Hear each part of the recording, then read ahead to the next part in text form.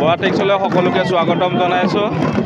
কাকি আঞ্চলিক ছাত্ৰ সন্থাৰ ব্যৱস্থাপনাত কাকি আঞ্চলিক ছাত্ৰ সন্থাৰ এই বাকৰিত অনুষ্ঠিত হৈ আছে বিহু নাচ, জেং বিহু আৰু ঢোল বাদনৰ কৰ্মশালা।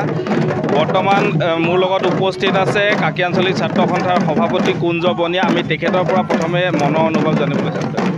কাকি আঞ্চলিক ছাত্ৰ সন্থাৰ উদ্যোগত আৰু কাকিবাসী ৰাইজৰ সহযোগত আমি 20 দিনীয়া কৰ্মশালা আয়োজন কৰিছিলোঁ। 2 নম্বৰ কাকি শ্ৰীমন্ত শংকৰদেৱ বিদ্যালয়ত আমি 21 মাৰ্চৰ পৰা আমি 30 মাৰ্চলৈকে আমি অনুষ্ঠিত কৰিছিলোঁ 10 দিন।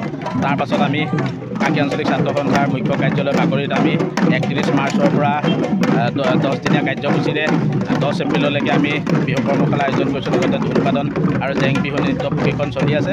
আমি এতিয়াও শ ষ্টুডেণ্টে কৰ্মশালাত কৰি আছে, ভাল লাগিছে।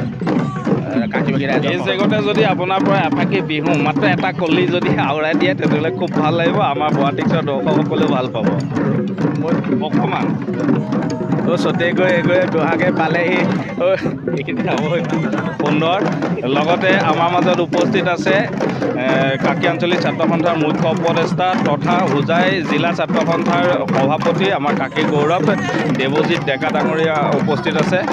আপোনালোকৰ যিটো পদক্ষেপ, এই পদক্ষেপে আমি ভূয়সী প্ৰশংসা কৰিছোঁ। লগতে আপোনাৰ মনৰ অনুভৱ কিছু সকলোলৈকে বহাগীৰ আলোক জনালোঁ, জ্যেষ্ঠসকললৈ সেৱা জনালোঁ আৰু অসমবাসী ৰাইজলৈ সদৌ হোজাই জিলা ছাত্ৰ সন্থাৰ পবিত্ৰ মঞ্চৰ পৰা আন্তৰিক শ্ৰদ্ধা আৰু কৃতজ্ঞতা জ্ঞাপন কৰিছোঁ। খুব এটা সুন্দৰ পৰিৱেশৰ মাজেৰে এই বিহু কৰ্মশালা অব্যাহত আছে। আমি 20 দিনীয়া কৰ্মশালা আয়োজন কৰিছিলোঁ শ্ৰীমন্ত শংকৰদেৱ বিদ্যালয়ত 21 মাৰ্চৰ পৰা 30 মাৰ্চলৈ আমি তাত ৰূপায়ণ হ'ল আৰু তাৰ পিছতে 31 মাৰ্চৰ পৰা 10 এপ্ৰিললৈ কাকি আঞ্চলিক ছাত্ৰ সন্থাৰ মুখ্য কাৰ্যালয় বাকৰিত অনুষ্ঠিত হৈ আছে। অসমৰ বিভিন্ন প্ৰান্তৰ পৰা প্ৰশিক্ষাৰ্থীসকল আহি ইয়াত অংশগ্ৰহণ কৰিছে। মৰাণৰ পৰা আহি প্ৰশিক্ষকসকল আহিছে, কাৰ্বি আংলং জিলাৰ পৰা প্ৰশিক্ষকসকল আহি এই প্ৰশিক্ষণ কাৰ্যসূচীত অংশগ্ৰহণ কৰিছে আৰু বৃহত্তৰ হোজাই জিলাৰ ৰাইজৰ যি বিপুল সঁহাৰি, অভিভাৱকসকলৰ যি সঁহাৰি, তেওঁলোকৰ যি আশীৰ্বাদ, তেওঁলোকৰ যি এই অনুষ্ঠানটোৰ প্ৰতি যি গুৰুত্ব, সঁচাকৈ আমাক উৎসাহিত কৰিছে আৰু অসমৰ বিভিন্ন ভাষা ভাষী ধৰ্মাৱলম্বী লোকেৰে এই প্ৰশিক্ষণ কাৰ্যসূচীত অংশগ্ৰহণ কৰি এক সমন্বয়ৰ বাৰ্তা কঢ়িয়াই আনিছে। আগলৈতো আপোনালোকৰ প্ৰচেষ্টা অব্যাহত থাকিব।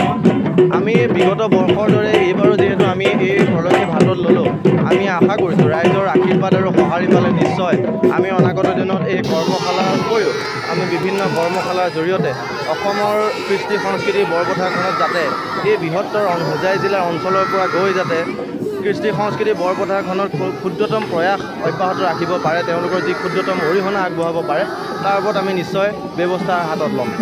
এই যিহেতু এক খুব সুন্দৰ ক্ষণ, এইখনত যদি এফাকি বিহু আমি ডেকাৰ পৰা শুনিব পাৰোঁ তেনেহ'লে আমাৰ দৰ্শকসকলে খুব ভাল পাব। তিতিকি তিতা ফুল যোৰহাটৰ গোলাপ ফুল, তিতিকি তিতা ফুল যোৰহাটৰ গোলাপ ফুল, আয়ো চেনি মৰা বাগিচাৰ চিঠি। ধন্যবাদ। খুব সুন্দৰ।